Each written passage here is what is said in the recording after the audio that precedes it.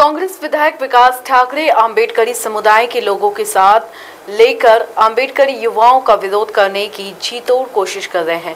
विकास ठाकरे के इशारे पर 1 अक्टूबर 2024 को आंबेडकर समुदाय के कांग्रेस नेताओं ने आरोप लगाया कि यश गौर खेड़े की वजह से नागपुर में कानून व्यवस्था की समस्या पैदा हो रही है।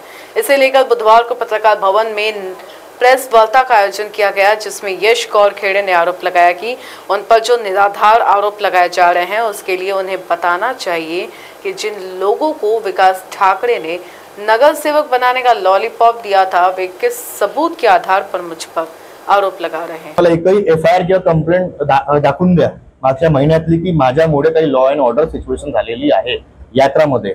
तर हे फक्त आज विकासभाऊ ठाकरेचं जेव्हा नाव घेत आहोत तर हे काँग्रेसचे आमचे काही समाज बांधव आणि काही छुटबल्ल्या जे नेते आहेत त्यांना जे तिकीट हवी नगर सेवकाची त्यांना समोर करून विकासजी ठाकरे समाज बांधवामध्ये भांडणं लावण्याचा प्रयत्न करत आहे आणि ते फक्त समाजाला परत दिशाभूल करण्याचा ते प्रयत्न करत आहे। त्यांच्याकडे डॉक्युमेंट्स आहे म्हणून मी त्याची मागणी केली आणि दीक्षाभूमी सारखा एक भव्य स्मारक अंबाझरीला बनलं पाहिजे।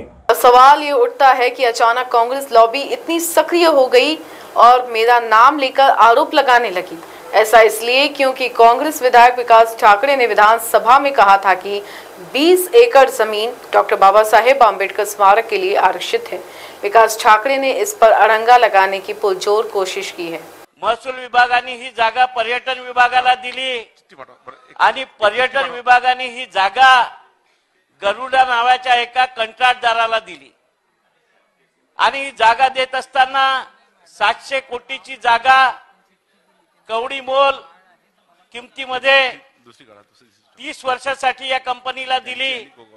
या 44 एकर जागेमध्ये 20 एकरामध्ये परमपूज्य डॉक्टर बाबासाहेब आंबेडकरांचं स्मारक होतं। हे माननीय उपमुख्यमंत्र्यांच्या मतदारसंघात येणारं वास्तू माझ्याकडे एक रेकॉर्डिंग आलेली आहे, त्याच्यामध्ये ते बोलतात की आता 20 एकड़ नाही आता अंबाझरी मधील 44 एकड़ घेऊ। म्हणजे त्या 44 एकड़ मध्ये 19 एकड़ मध्ये डॉक्टर बाबासाहेब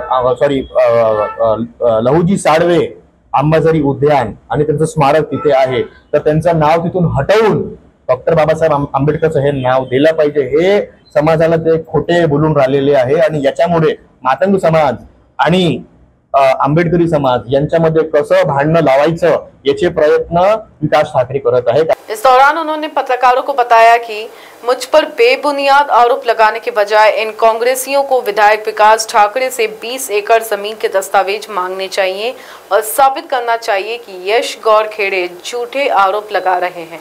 यश गौर खेड़े विकास ठाकरे के आभारी रहेंगे, लेकिन अगर वे ऐसा करने में विफल रहते हैं तो यह स्पष्ट हो जाएगा कि उन्होंने अपने स्वार्थ के लिए समाज का दुरुपयोग किया है और समाज उन्हें विधानसभा में उनकी जगह दिखाएगा।